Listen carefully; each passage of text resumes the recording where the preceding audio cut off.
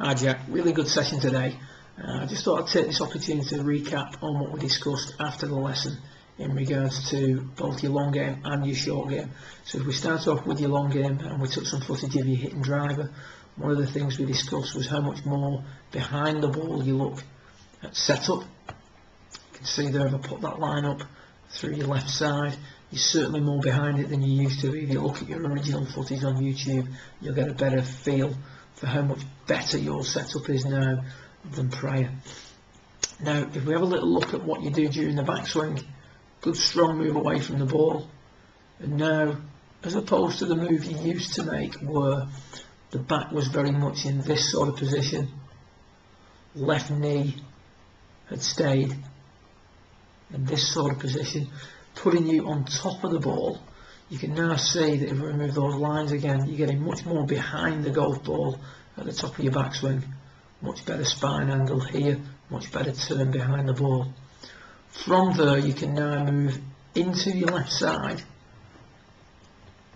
while staying behind the golf ball, which is going to give you a much better release, as you can see there, much better release through the ball. Great extension, a little bit excessive in the rotation of the arms as you come through, which we'll come on to as we look at you from down the line.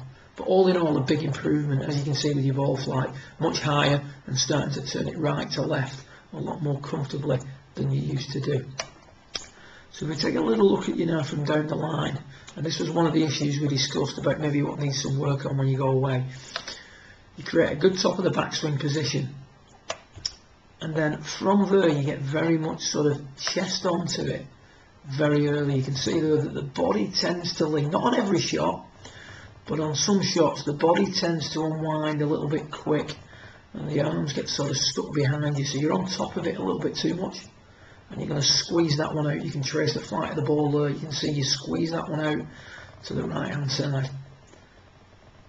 The excessive rotation of the forearms that we discussed in the last footage face on is because as the body is unwound so quickly, you must now stop the body to allow the arms to catch up, which gives you that excessive rotation.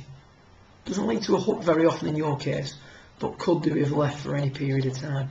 If we look at Woods starting his downswing, there's a much better synchronisation between the arms and the body.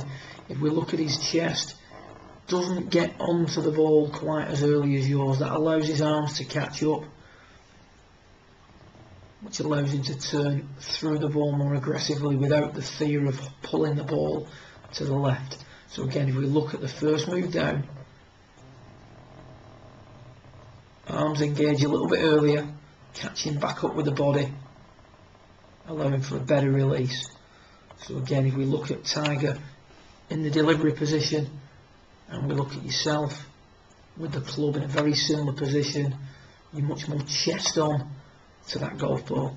If we look at Tiger, we can still see the buttons on his shirt still a little bit more turned.